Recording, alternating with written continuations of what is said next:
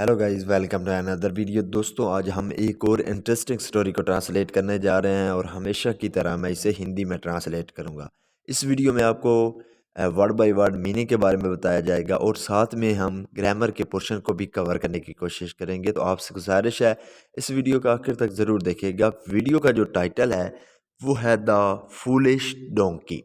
Foolish कहते हैं मूर्ख को, डोंकी गधे को कहते हैं। तो द फुलिश डोंकी, मूर्ख गद्दा, ये था हमारा टाइटल। इसको मजीद पढ़ते हैं। A washerman was going on a hilly track with his donkey. यहाँ तक देखते हैं। अ वॉशरमैन, वॉशरमैन कहते हैं धोबी को।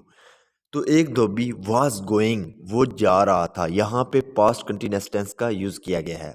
वॉज के साथ वर्ब की फोर्थ फॉर्म है। तो एक धोबी जा रहा था ऑन अ हिली ट्रैक। हिली ट्रैक कहते हैं पहाड़ी रास्ते को। तो पहाड़ी रास्ते पर जा रहा था विद हिज डोंकी, अपने गधे के साथ। तो इसका क्या मतलब हुआ? A washerman was going on a hilly track with his donkey. एक धोबी अपने गधे के साथ पहाड़ी रास्ते पर जा रहा था। ही वॉज फॉलोइंग, फॉलो का मतलब होता है पीछा करना या पीछे पीछे चलना। तो यहाँ पे भी पास्ट कंटिन्यूअस टेंस का यूज़ किया गया है। ही वॉज फॉलोइंग, वो यानी कि पीछे पीछे चल रहा था। हिज डोंकी, अपने गद्दे के। विद द स्टिक, स्टिक कहते हैं छड़ी को। तो he was following his donkey with the stick, वो एक छड़ी के साथ या एक छड़ी हाथ में लिए अपने गद्दे के पीछे पीछे चल रहा था। From, for some distance, distance कहते हैं फासले को या दूरी को। तो इसका क्या है? फॉर सम डिस्टेंस, तो कुछ दूरी तक।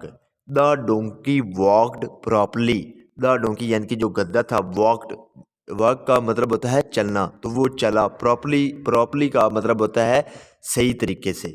तो इसका क्या मतलब हुआ? For some distance the donkey walked properly, कि कुछ दूरी तक जो गद्दा था वो अच्छे से चला। देन, फिर, सडनली, अचानक से। वील्ड, वील्ड का मतलब होता है अचानक से यानी कि मुड़ जाना। तो वो मुड़ गया। एंड स्टार्टेड थ्रोइंग, थ्रोइंग का मतलब होता है इधर उधर जंपिंग लगाना, इधर उधर छलांगे लगाना या इधर उधर मुड़ना। तो उसने शुरू कर दिया थ्रोइंग यानी कि इधर उधर भागना शुरू कर दिया। ऑन द ब्रिंक, ब्रिंक का मतलब होता है किनारा, तो किनारे पर। तो इसका क्या मतलब हुआ? The then suddenly wheeled and started throwing on the brink. तो उसने यानी कि अचानक से यानी कि इधर उधर मुड़ना और छलांगे लगाना जो है किनारे पर शुरू कर दिया।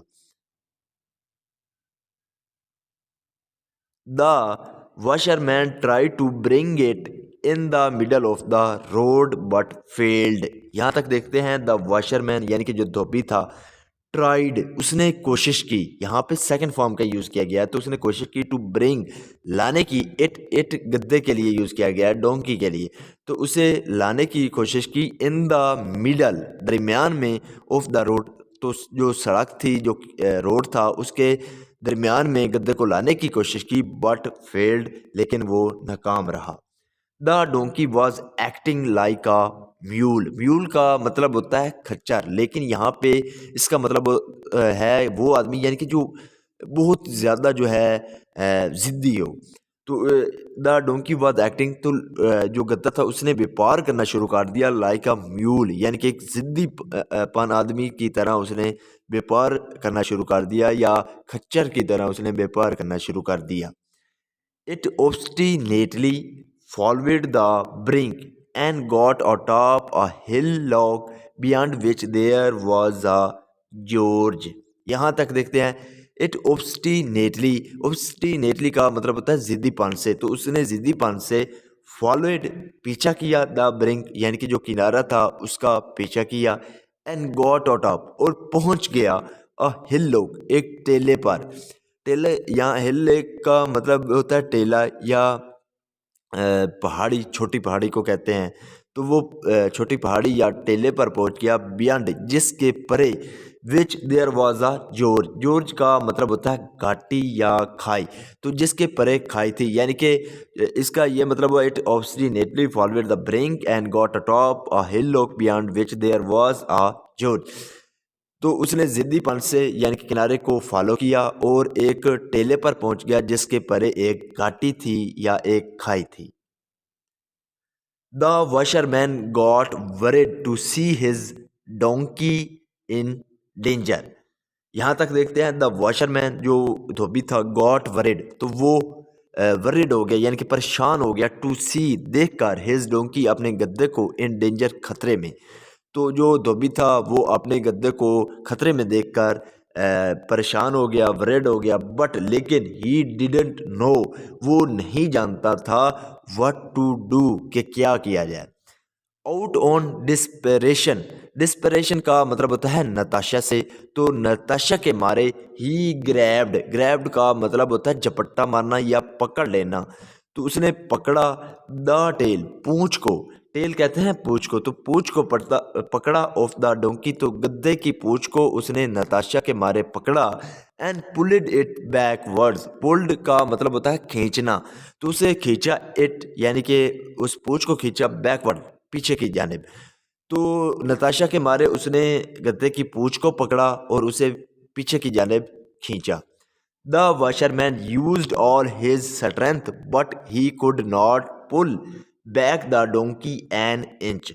द वॉशरमैन यानी कि जो धोबी था, यूज्ड उसने इस्तेमाल की, ऑल हिज स्ट्रेंथ अपनी सारी जो ताकत थी उसको इस्तेमाल किया, स्ट्रेंथ कहते हैं ताकत को, बट लेकिन ही कुड नॉट पुल, पुल का मतलब होता है खींचना, कुड नॉट वो नहीं सका, क्या ही कुड नॉट पुल वो नहीं खींच सका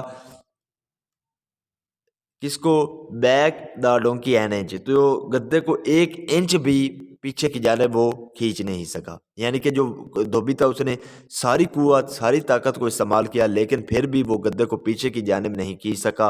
एट लास्ट आखिरकार he let go of tail, he let go उसने जाने दिया, ऑफ द टेल यानी कि जो पूंछ थी उसको जाने दिया, एंड स्पोक और बोला, स्पीक का मतलब होता है बोलना, यहाँ पे सेकंड फॉर्म का यूज किया गया है स्पोक, स्पोक और बोला, फुलिश डोंकी मूर्ख गद्दे, I tried to save you, I tried मैंने कोशिश की, टू सेव यू तुमको बचाने की, बट लेकिन यू अपेयर टू बी तुम लगते हो, हेल बेंट, हेल बेंट का मतलब होता है तुले होना, तो तुम तुले हुए हो, ऑन किलिंग यूर सेल्फ खुद को मारने पर तुम तुले हुए। इसका क्या मतलब हुआ, I try to save you मैंने आपको बचाने की कोशिश की, but you appear to be hell bent on killing yourself तो तुम खुद को मारने पर तुले हुए हो। गो जाओ, if you want to die, if you want अगर तुम चाहते हो, टू डाई मरना, जाओ अगर तुम मरना चाहते हो। The foolish donkey triumphantly moved forward, the foolish donkey यानी कि जो मूर्ख गधा था, ट्रम्फेंटली, ट्रम्फेंटली का मतलब होता है विजेता से, तो विजेता से मूव्ड फॉरवर्ड वो आगे बढ़ा, एंड फेल और गिर गया, यहाँ पे भी सेकंड फॉर्म का यूज़ किया गया, फॉल का मतलब होता है गिरना, यहाँ पे सेकंड फॉर्म है फेल, और गिर गया into the gorge to die, gorge का मतलब होता है खाई या घाटी, तो घाटी में गिर गया टू डाई मरने के लिए, यानी कि जो मूर्ख गद्दा था वो विजेता के साथ आगे बढ़ा और एक खाई में गिर गया मरने के लिए। इसका जो टाइटल है वो क्या है, इसका जो मोरल है वो क्या है, there is no cure for big headedness, there is no cure तो कोई इलाज नहीं है, क्योर का मतलब होता है इलाज, तो कोई इलाज नहीं है। इसका जो मोरल है वो क्या है, there is no cure for big headedness, there is no cure तो कोई इलाज नहीं है, क्योर का मतलब होता है इलाज, तो कोई इलाज नहीं है फॉर अ बिग हेडनेस, बिग हेडनेस का मतलब होता है हटीलापन, तो हटीलेपन का कोई इलाज नहीं है। तो ये थी हमारी स्टोरी दोस्तों। अगर आपको मेरे पढ़ाने का तरीका अच्छा लगा तो इस वीडियो को ज़रूर लाइक करें, इस चैनल को सब्सक्राइब कर लें ताकि इसी तरह की आने वाली वीडियो आप तक पहुंचती रहे। Have a nice day, good bye.